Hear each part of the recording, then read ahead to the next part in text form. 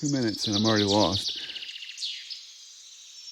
So I'm on the lookout for cougars and pumas.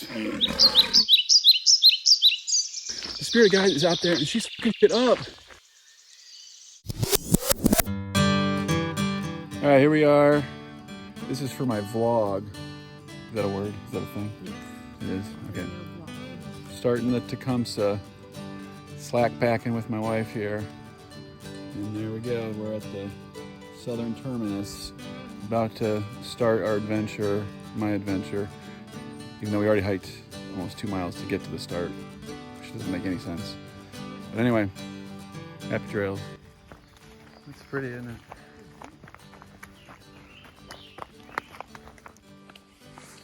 All right, no more slack packing. Heading down the trail here, and did that first, I don't know, nearly two miles. Man, there are a lot of spider webs. I'm used to having my 14-year-old, whose trail name is Turbo, going ahead of me, breaking all the webs. But this is going to be a new experience here, being the first one down the trail. But anyhow, so we parked at the parking lot that's closest to the southernmost point of the Tecumseh, and then we hiked about, I don't know, 1 3/4 miles to the actual end where it kind of borders Hoosier National Forest, and kind of slack packed that with my wife. Left my pack in the car at the parking lot, and she's off to work, and I'm off hopefully to Charlie's shelter, which will be about a 20-mile day. We'll see if these 42-year-old legs and back hold up. Hopefully. So we're off. All right, well, I've walked like 2 minutes and I'm already lost. Somehow we're just at a road and I don't see any more blazes. So I gotta check my Gaia app so I can figure out where the hell I'm going. This is interesting. Okay, well, I found it. Here we are. Had to go down the road a little ways, but that was interesting. So, got lost once, probably won't be the last time. See you in a bit. Okay, so this is the first time I've ever hiked in these crazy tights, which look ridiculous, but I'm really thankful for them. I don't know if you can see this, but like, there's just a ton of these thorns. And while these silly things aren't super thick or anything, I can tell I'd be totally torn up if it weren't for them. So that was a good call. So earlier this morning, when my wife and I were doing that first little section together, definitely heard what I'm pretty sure was some sort of a large cat. I'm thinking puma, or maybe bobcat, but I think I'm leaning towards puma, or it could be a cougar. We are in cougar territory, at least Johnny Cougar. So I'm on the lookout for cougars and pumas. If you don't hear back from me, it's probably a puma. So there's some pretty cool mushrooms out here.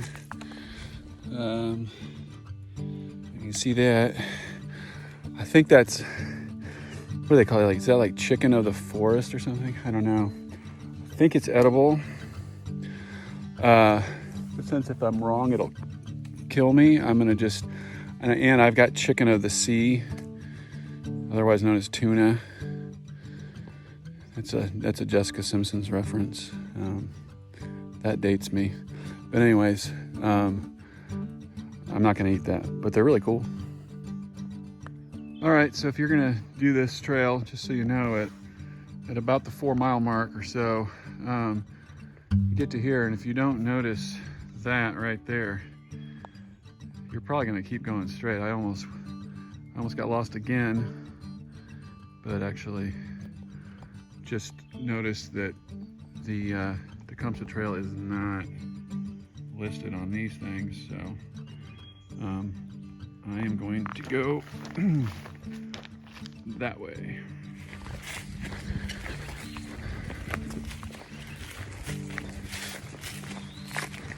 All right, I'm gonna get spiritual here for a second. If that's not your thing, I totally get it. So you can just skip ahead. I'm out here in the wilderness, and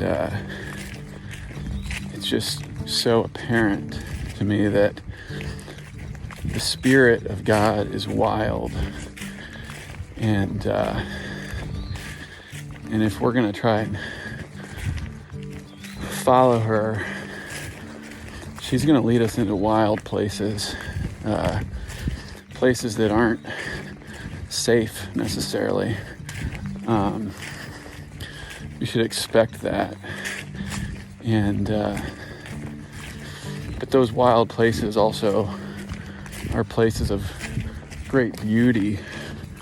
Look at this. This is just a beautiful woods that we're in, but it's wild, and I think to be people of the Spirit is to be willing to go into wild, unknown places, but we don't really get a map.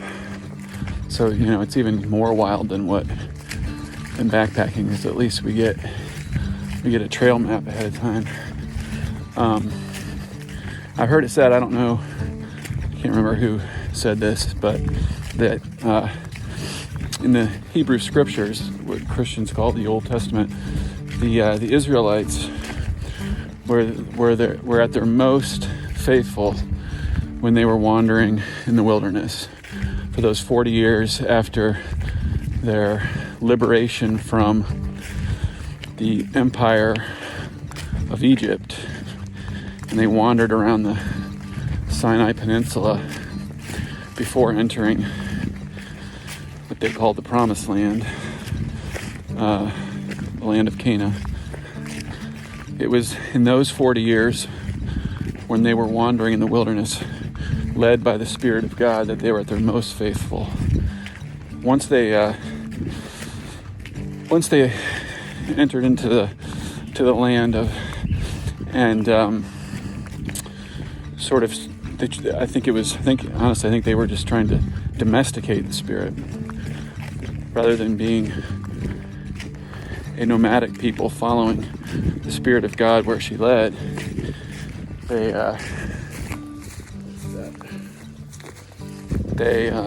wanted to domesticate, to civilize. And if you look at 1 Samuel chapter 8, that's where everything goes off the rails, and the people ask God for a king. They want to be like the other empires, and God warns them that's a bad idea. Try to domesticate the Spirit of God, never works. And that's where the story goes off the rails. The kings do a terrible job, and they would have been much better off if they had just, I think anyways, have followed the wild Spirit of God. The other side of that, of course, is that so here again, I have no idea where I'm going. I'm looking for a blaze. Where am I going? I don't know. It's wild. I didn't plan this. Let's see. We'll try this way. Anyway, at times the Israelite people were almost comically unfaithful, but the Spirit of God was always faithful and trustworthy, and that's very reassuring because, there it is. I know that in my life I've been almost comically or tragically unfaithful at times to the Spirit of God.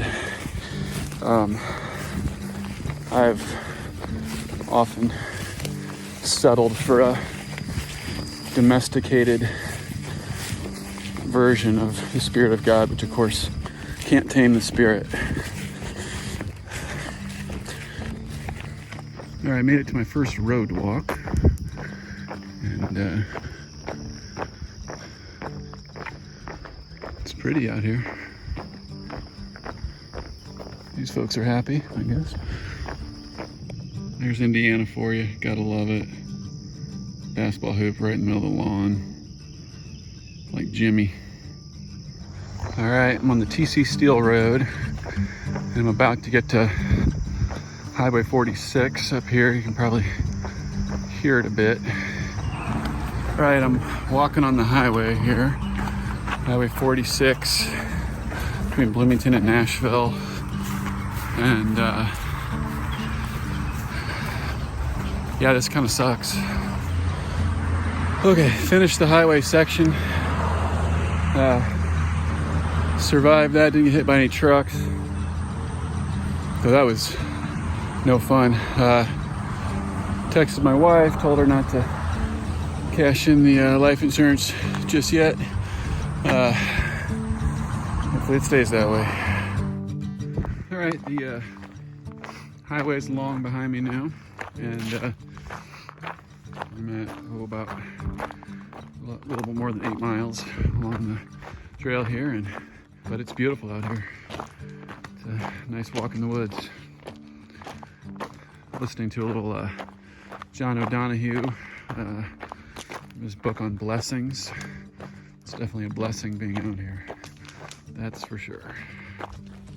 One of the things I love about being out here on the trail is you have so much time to be with your thoughts and think things through and kind of see where your thoughts are leading you.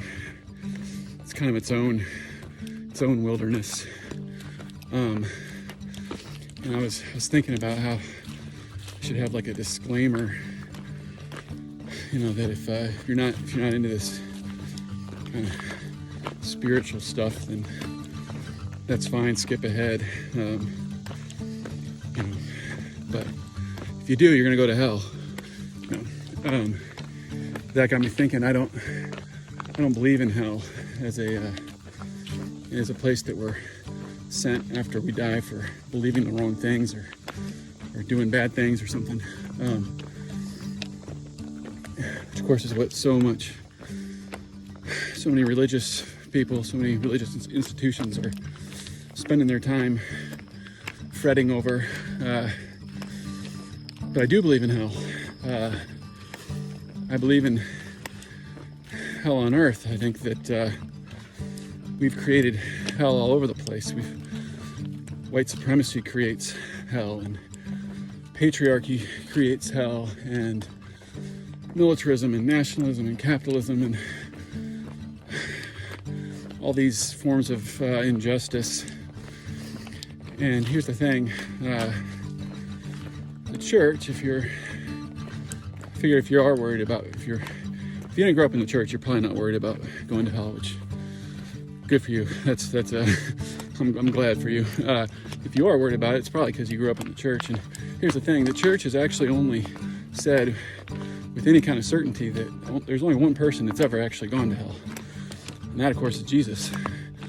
In the Nicene Creed, we say that Jesus descended into hell. And so here's the thing, we church folk are supposed to be following the one that went to hell to break down the gates, to smash the gates of hell. And here's the thing, the Spirit of God is out there right now, breaking down the gates of hell, breaking down the gates of hell of white supremacy, of breaking down the gates of hell of patriarchy, all those things I listed. And we're sitting in our pews worrying about if we're believing the right things, worrying about who's in, who's out. The Spirit of God is out there and she's fucking shit up. And we're invited to participate in that and break down those gates so that we can all be liberated.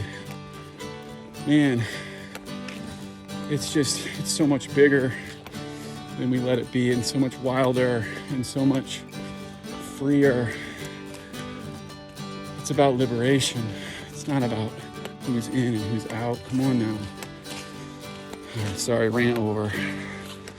See you further along the trail.